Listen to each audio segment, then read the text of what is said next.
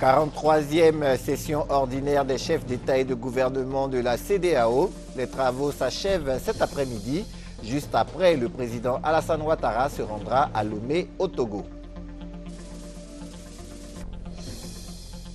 Les autorités ivoiriennes décidé à mettre un frein au grand banditisme. Les présumés coupeurs de route qui hantent les routes du centre et du nord du pays mis aux arrêts.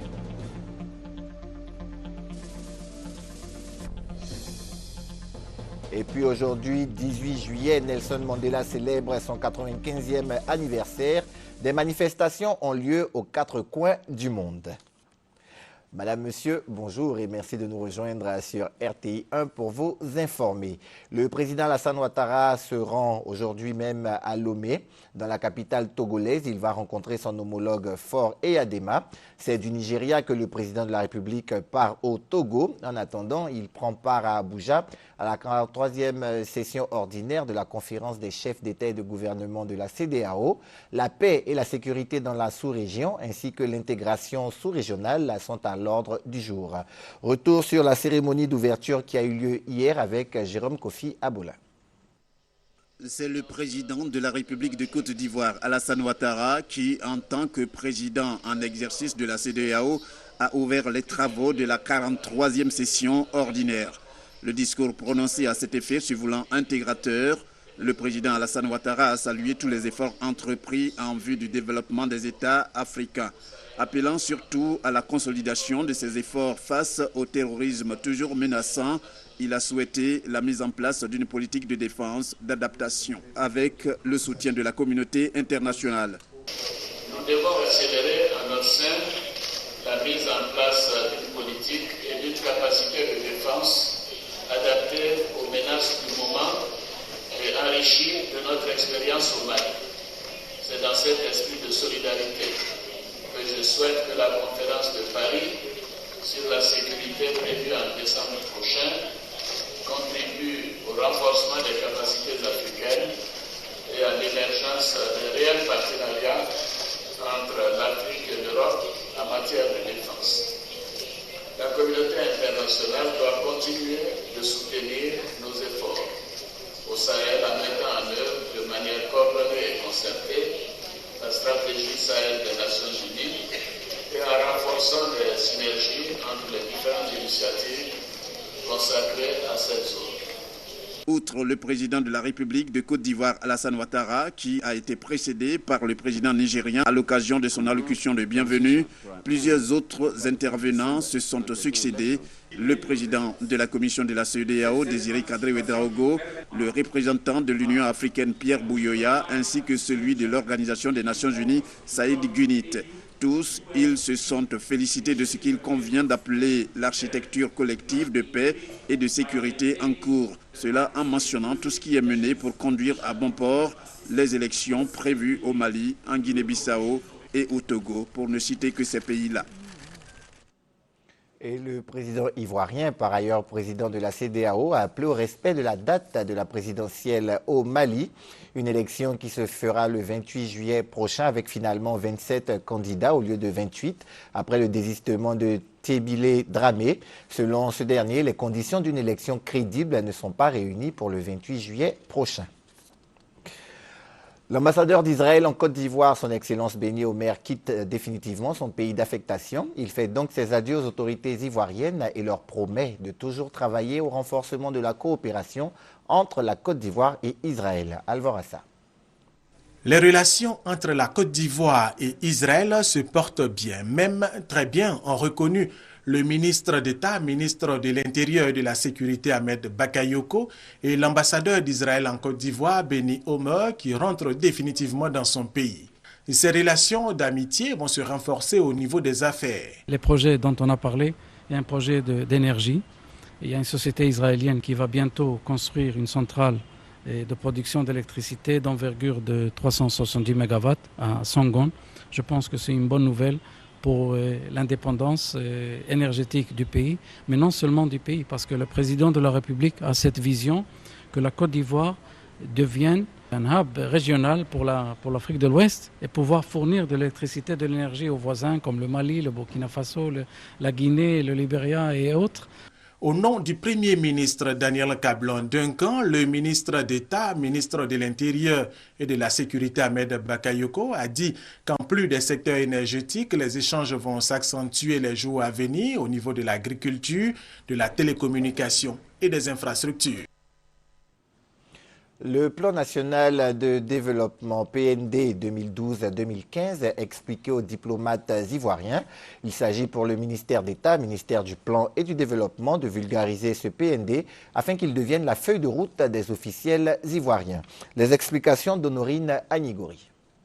Le gouvernement ivoirien veut donner un coup de pouce au processus de mobilisation des fonds pour le plan national de développement estimé à 11 000 milliards de francs CFA. Un plan qui vise à ramener la Côte d'Ivoire sur le chemin d'une croissance soutenue et inclusive pour devenir un pays émergent à l'horizon 2020. Ce plan vise à améliorer les conditions de vie des populations, mais également à garantir un état de droit, mais également à assurer la sécurité des personnes et des biens sur l'ensemble du territoire, et aussi assurer la bonne gouvernance dans la gestion de l'action publique. La responsabilité du ministère d'État, ministère des Affaires étrangères, est grande dans la conduite de ce dossier.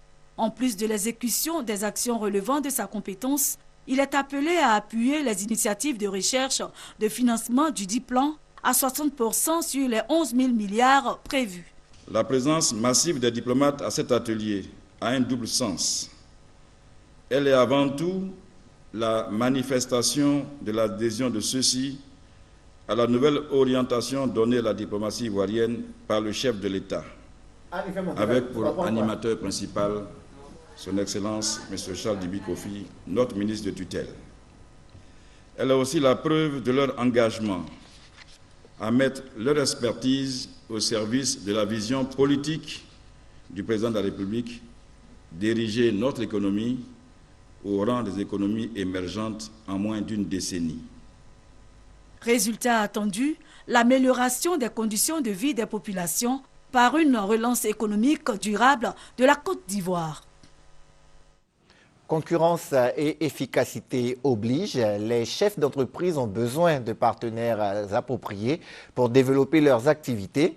Pour leur faciliter cette tâche, la Chambre de commerce et d'industrie de Côte d'Ivoire initie Africa Europa. Un rendez-vous d'affaires que nous détaille Gabriel Zani. Méfiance pour certains et concurrence pour d'autres. Aujourd'hui, trouver des partenaires d'affaires africains et européens n'est pas une chose facile. La Chambre de commerce et d'industrie de Côte d'Ivoire, en organisant Africa Europa à Abidjan en novembre prochain, veut donner aux chefs d'entreprise africains et européens les chances de trouver des partenaires appropriés. Au sortir de ce forum, avoir un partenariat fiable, une entreprise dotée déjà d'une grande expérience et d'un matériel de troisième génération dont je pourrais profiter pleinement de l'expérience. Ma motivation était d'élargir notre champ de fournisseurs, notamment pour des matériaux entrant dans le cadre de la production d'eau potable. Les attentes sont nombreuses, les retombées aussi. La Côte d'Ivoire gagne parce qu'il y a des transactions qui vont se faire, et non seulement une transaction qui est importante permet de créer de nouveaux emplois, développer notre tissu fiscal. Les entreprises ivoiriennes ont des partenaires intéressants dans la sous-région, ça développe les relations sud-sud, ça développe les relations nord-sud. À la conférence de presse de ce mercredi à la Chambre de commerce et d'industrie, selon les organisateurs, Africa Europa constitue une occasion de rencontre multisectorielle ouverte aux entreprises en activité depuis plus de 3 années et qui sont prêtes à s'engager dans la réalisation d'un projet pour développer leurs activités. Plus de 200 entreprises ivoiriennes, africaines et plus de 100 entreprises européennes sont attendues à ce forum. Après une année de formation au programme de gestion de politique économique à l'université Félix Houphouët-Boigny de Cocody, les auditeurs de la 13e promotion de cette formation ont reçu leur diplôme mercredi sous le regard de Jean-Jacques Kwame.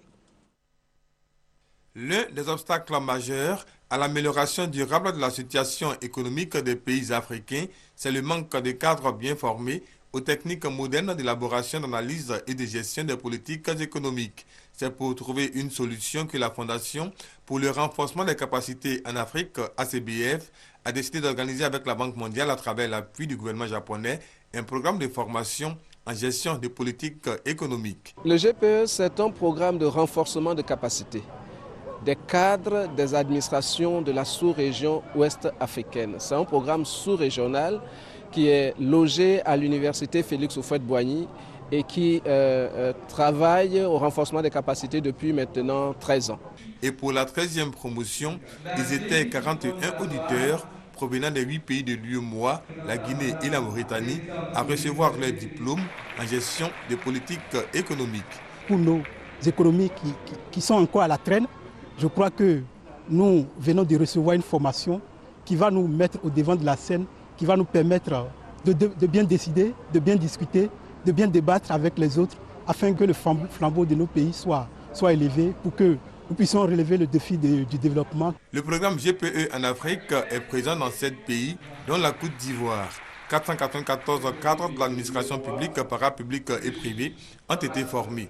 Peuvent postuler au programme GPE les titulaires d'une maîtrise en économie ou diplôme équivalent étant en activité au moment de la candidature avec au moins 2 années d'expérience professionnelle. Depuis hier se tiennent au plateau les premières journées ivoiriennes de la viande de porc et ses dérivés. Ces journées visent à faire connaître la filière porcine et montrer les bienfaits de la viande de porc et de la charcuterie ivoirienne. Il s'agit surtout de rendre plus présente la viande de porc dans les assiettes des Ivoiriens. On en parle avec Hugues Hervé-Blé. Attendu à l'auditorium de la Kestave à la population abidjanaise dans toute sa diversité, à l'occasion d'apprécier la viande de porc sous toutes ses facettes. Structure du ministère des Ressources animales et halieutiques, vétérinaires, producteurs, transformateurs et autres intervenants de la filière porcine en Côte d'Ivoire partagent un objectif commun, faire passer la consommation de viande de porc actuellement de 250 grammes par habitant et par an à 1 kg. C'est une viande blanche. Il n'y a pas de gras dans la viande de porc. Le gras se loge dans la périphérie, donc il est très facile de l'enlever. C'est une viande qui est riche en potassium, en zinc. Elle a des qualités nutritives vraiment nécessaires pour la croissance d'un enfant. Ouverte en présence du ministre des Ressources animales et halieutiques, les premières journées de la viande de porc et ses dérivés donnent l'occasion de valoriser le secteur porcin en Côte d'Ivoire. Nous avons besoin aujourd'hui de relancer cette filière. Vous savez qu'à l'époque, il y avait des places qui ont été réservées à la vente de viande de porc. Depuis la crise, toutes ces places-là ont disparu. À travers ces journées, l'occasion est plus que jamais belle de relancer toutes ces structures qui sont pourvoyeuses d'emplois. En Côte d'Ivoire, on dénombre 1300 éleveurs avec un cheptel de 53 500 têtes. Avec l'ensemble des intervenants de la filière porcine, ils s'attellent à offrir au pays de la viande de porc de qualité et en quantité sous toutes ses formes. 2 ans après la crise post-électorale, les organismes internationaux exerçant dans l'humanitaire ici en Côte d'Ivoire ont décidé de se retirer progressivement. Une rencontre a eu lieu à cet effet au cabinet du ministère de la Solidarité, de la Femme, de la Famille et de l'Enfant. Rencontre sanctionnée par la mise en place d'un comité de coordination élargi. Ce comité sera chargé désormais de répondre à toutes les questions relatives de l'humanitaire. Le reportage de Francis Boifo. Ils étaient nombreux sur le terrain durant la crise post-électorale pour apporter assistance et secours aux populations. Les organismes internationaux exerçant dans l'humanitaire ont décidé 2 ans après de limiter leurs actions parce que, ayant constaté le retour de l'État sur le terrain. S'il est vrai que la Côte d'Ivoire n'est plus dans une urgence humanitaire aiguë, cela ne signifie pas qu'il n'y a pas de besoins humanitaires résiduels. Cela ne signifie pas qu'il n'y a pas de populations vulnérables dont nous devons encore nous occuper. Un comité de coordination élargi CCE a été mis en place. Il regroupe des agences humanitaires des systèmes des Nations Unies, de plusieurs structures publiques, des ONG locales. Le comité est présidé par le ministre de la Solidarité, de la Femme, de la Famille et de l'Enfant. Je fonde l'espoir que le comité de coordination élargie nous permettra de combler les attentes de ces familles de ces femmes et de ces enfants, considérablement fragilisés par les conséquences négatives de la crise. Il s'agit concrètement pour les acteurs du CCE de faire bloc dans les stratégies de recherche de financement en faveur de l'action humanitaire, de prévention aux catastrophes naturelles et conflits et la rédaction de politiques communes liées à l'action humanitaire. Le comité se réunit tous les 2 mois. La deuxième rencontre est prévue pour septembre 2013. 6 véhicules de type 4x4 d'une valeur de 96 millions de francs CFA ont été remis ce matin aux organisations de la société civile ivoirienne. C'est un don de l'Union européenne. L'UE entend renforcer les capacités de la société civile ivoirienne afin qu'elle puisse jouer son rôle d'acteur de développement et de dialogue politique. Élu à l'Assemblée générale du 28 juin dernier, le président du conseil d'administration et les organes dirigeants de la Mutuelle générale des fonctionnaires et agents de Côte d'Ivoire, la MUGEFSI, ont été installés dans leurs fonctions hier. Soro Mamadou, le nouveau président du conseil d'administration de la MUGEFSI, s'est engagé à redonner à la mutuelle une image plus attrayante et à réconcilier les adhérents avec leur mutuelle. Doigt de laser. La salle de conférence de la MUGEFSI, Mutuelle générale des fonctionnaires et agents de l'État de Côte d'Ivoire, pleine à craquer. Le ministre d'État, ministre de l'Emploi, des Affaires sociales et de la formation professionnelle, Dosso Moussa, va procéder à l'installation du président du conseil d'administration et les membres des organes dirigeants de la MUGEFSI. Élu à l'Assemblée générale de la Mutuelle le 28 juin dernier, Soro Mamadou et son équipe vont désormais assurer leurs fonctions. Le gouvernement porte à la connaissance de l'ensemble des mutualistes et de l'opinion nationale que les organes dirigeants issus de l'Assemblée générale extraordinaire de la MUGEFSI du 28 juin 2013 prennent fonction à compter de ce jour 17 juillet 2013. Le gouvernement demande aux nouveaux membres du conseil d'administration et du comité de contrôle de garder le cap tracé par le comité de gestion en faisant de l'intérêt du mutualiste l'épicentre des préoccupations de la MUGEFSI. Une lourde tâche selon Soro Mamadou, le nouveau président du conseil d'administration de la MUGEFSI. Mais pour lui, c'est un défi à relever pour le bien-être des mutualistes. Nous nous engageons effectivement à consacrer au moins 80% des cotisations des mutualistes aux prestations et inversement donc à ne pas dépasser la limite de 18% pour les frais de fonctionnement et de gestion. De faire la promotion de la bonne gouvernance et surtout de contrôle que nous allons instituer à l'intérieur de l'institution. Le mandat du conseil d'administration va durer 4 ans, une période durant laquelle 276 000 mutualistes cotisants devront bénéficier des prestations et soins médicaux appropriés. Et nous le disions en titre, les autorités ivoiriennes déterminées à faire barrage au grand banditisme. Les forces militaires seront mises à contribution pour traquer les coupeurs de route. D'ailleurs, le Centre de coordination et de décision opérationnelle, le CCDO, vient de mettre la main sur un gang. Les présumés bandits, soupçonnés d'avoir commis des braquages sur les axes Boaké-Djebonois et Ferké-Sédougou-Kong, s'organisaient pour mener d'autres sombres opérations quand ils ont été arrêtés. Les détails avec Alvorassa. Ce sont au total 7 présumés bandits sur 16 recherchés qui ont été arrêtés par le Centre de coordination et des décisions opérationnelles CCDO. L'action a eu lieu à Boaké. Disons, on a lancé un appât et ils ont mordu à l'appât. Donc c'est ce qui a fait qu'on a pu les récupérer depuis hier nuit. Et le chef de gang et sa bande. Il y en a d'autres encore, nous continuons la mission.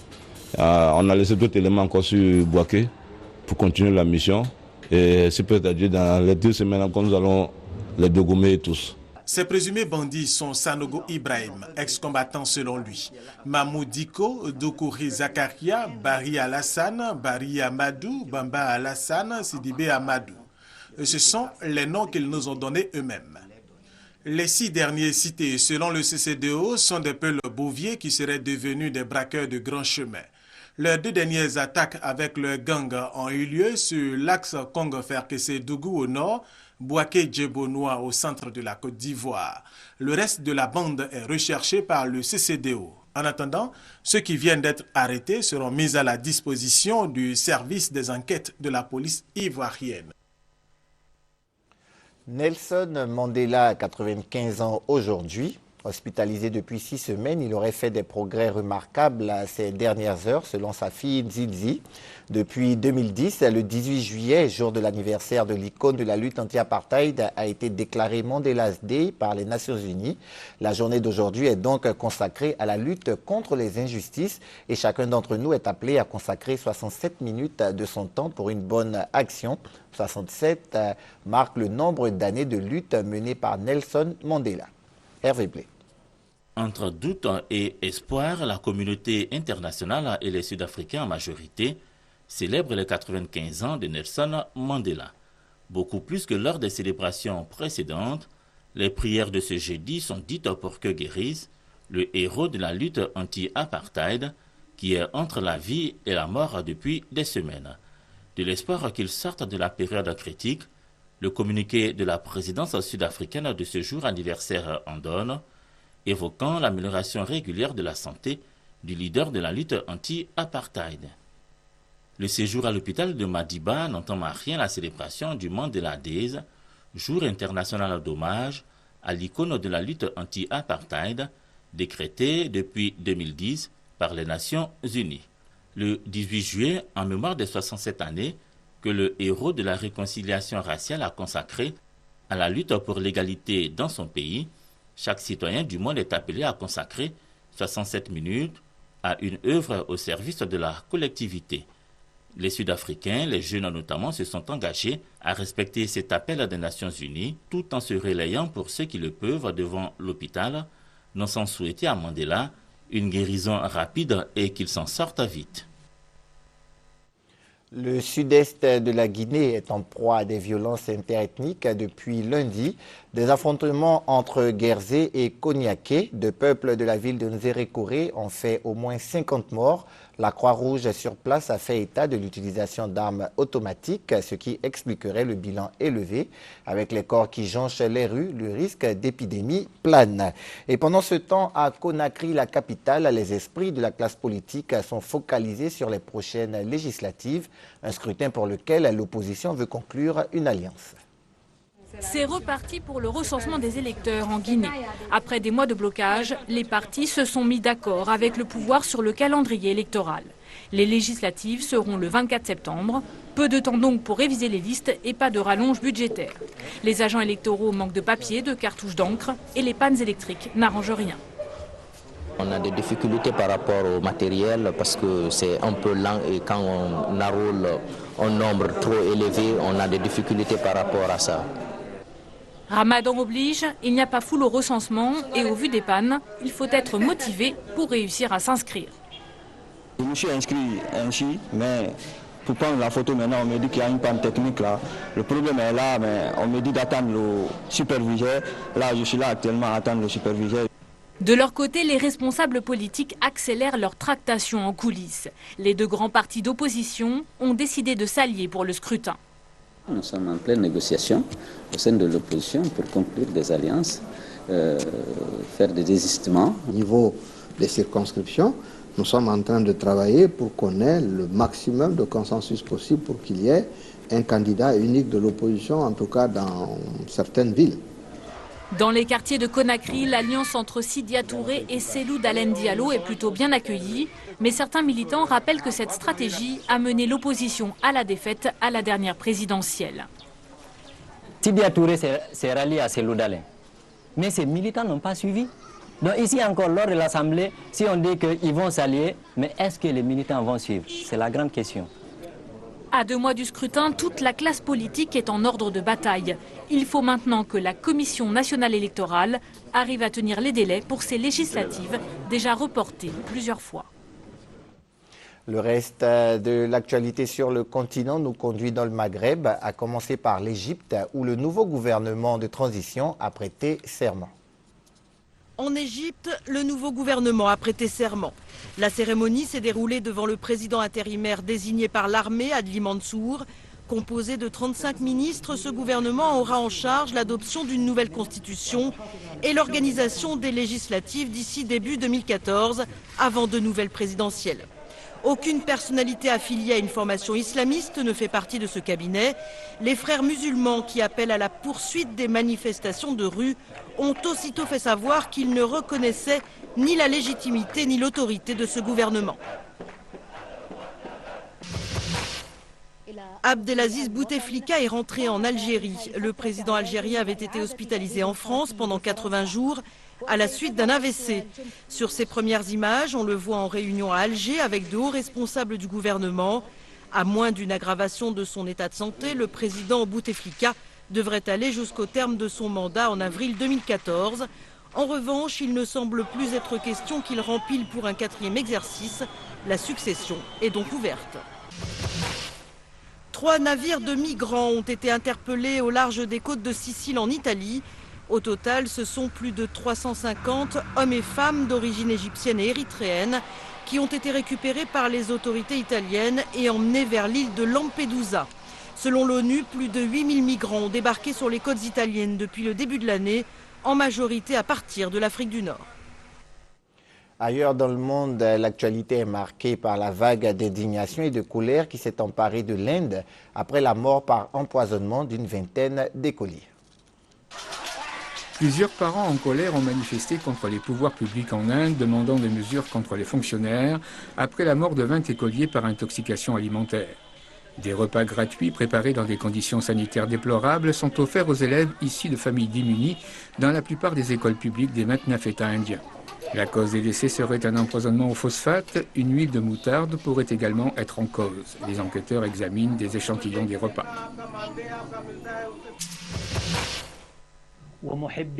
Dans une vidéo mise en ligne mercredi sur des sites islamistes, Al-Qaïda dans la péninsule arabique a confirmé la mort de Saïd al-Sheri dans un raid d'un drone américain. Saïd al-Sheri, ancien détenu de Guantanamo, remis aux autorités saoudiennes en 2007, avait suivi un programme de réhabilitation pour les ressortissants de retour des prisons américaines. En 2012, il avait organisé l'enlèvement du vice-consul d'Arabie saoudite à Aden, qui est toujours détenu par Al-Qaïda.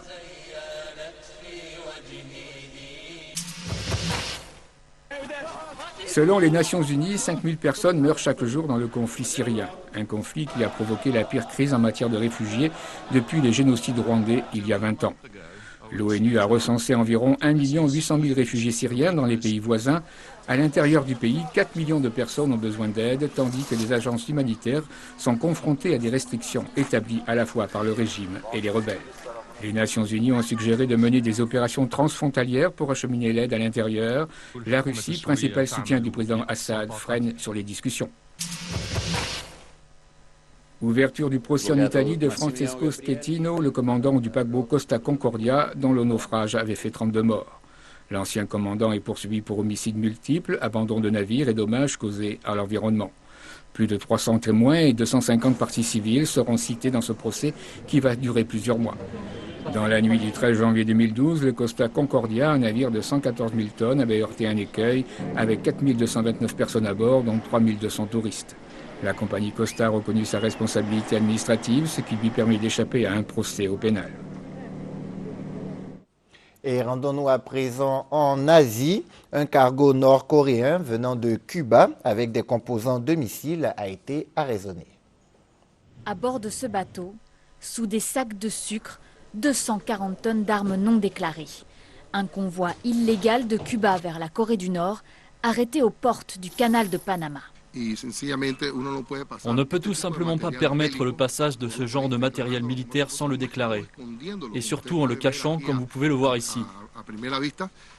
On va décharger tout le bateau pour savoir ce qu'il y a dans l'ensemble des containers et faire le nécessaire pour que les autorités compétentes puissent définir ce qu'il y a sur ce bateau. Pour examiner ces containers, le Panama lance un appel à la communauté internationale. Un appel entendu par les États-Unis. L'ONU n'a pas tardé à réagir non plus et évoque déjà des sanctions contre Cuba. Une de ces résolutions a été violée. Depuis 2009, toute cargaison militaire vers la Corée du Nord doit être inspectée. Ici, il s'agit notamment de missiles et de fusées. Un équipement militaire uniquement défensif, selon les autorités cubaines. Dans ce bateau, on transportait 240 tonnes de matériel militaire défensif obsolète. Tout a été fabriqué au milieu du siècle dernier. Cela devait être réparé puis ramené dans notre pays. Des réparations justifiées par Cuba. Son arsenal militaire date de l'époque soviétique. Aujourd'hui, l'île communiste est l'un des seuls partenaires de la Corée du Nord. Voilà qui rappelle étrangement la guerre froide. Et c'est la fin de ce journal. Merci de l'avoir suivi et merci surtout de rester fidèle au programme de RTI.